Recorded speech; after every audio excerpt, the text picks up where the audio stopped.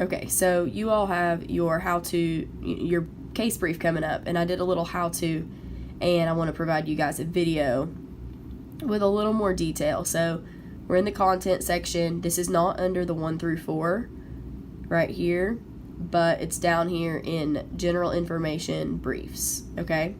So just so you know where we're at, this link is some extra help for you.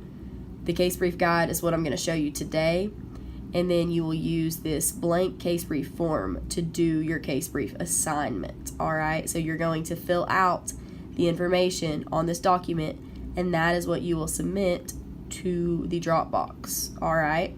So when we jump back to the case brief, the guide is going to look the exact same, but have some helpful information on it. So, and I apologize, I'm super congested. I'm hanging out in the basketball office right now. Need to watch some film next.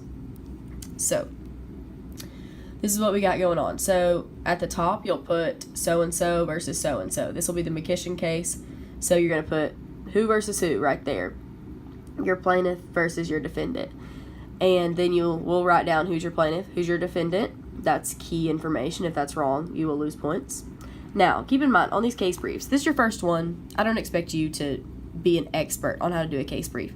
My main goal is to see that you read this case. I want to be able to tell that you read the case, and I will if you read it, and I can tell, I promise. If you read that thing a few times, maybe did some Googling after that to help you with your answers, that's totally fine, but I can tell whether you just copied stuff off the internet or you actually read this case and tried to produce your own information. So for each section, here's a little info. So the facts. This is what happened. So you're going to write down what happened before a case was filed. All right? So we don't need to know about damages, settlements, things like that. What happened before? So maybe so-and-so is suing another person because they punched them in a game. The facts would be all the information that led up to the punch in the game, that they had to go to the hospital, this, that, and the other. All the things that went down pre-court, pre-lawyers, all that stuff. So that's in your facts. Your procedural history is what court is the case being tried in. You will see things like district court, appellate court, etc. So sometimes you'll say this is the first time the case is being tried. Maybe it's an appeal. I have that there.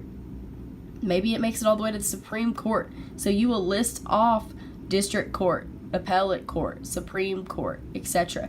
You'll list off the locations that this case went down. Then the issue.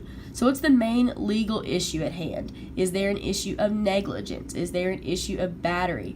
What are the legal terms we're looking for there? What's the main issue or question at hand? Then the holding. What was decided? Okay? So and so has to pay this much money. All right, that was decided. And then what rule down here, what rule allowed them to make that holding? All right, so what legal rule did the court apply to answer the question? Okay, so these are tricky. Just work through it. You'll get better at it. I don't expect you to be perfect the first times. And so it's sometimes precedent. It's sometimes a written law. You can see all that information there. But the holding is what was decided. The rule is what's the rule that decided that holding. And then the rationale, explain why the holding and the rule were chosen. And then the dissent is, you'll see that at the bottom. It'll say dissent, and sometimes there's no dissent, and that's fine. So that right there, that's just a little bit of info about to get you started on this. I don't expect it to be perfect, but I do want to see that it's clear that you read it and you put forth effort on this assignment to figure out what was happening in the McKishin case. You're welcome to Google things, but please read the case a couple times through before you start Googling, okay? Because you're going to have to, at the end of the semester, actually be good at these, and I'm going to become more strict on the grading. And it's also really easy for me to tell when you copy and paste this, okay? So don't do that. Just try. I will promise you'll get a better grade for clearly attempting to come up with information, and I can tell that it's in your own words, than you just copying information off the internet. You will end up with a better grade. It's not hard to tell. So just try. You don't have to be perfect at it. You don't even have to be good at it.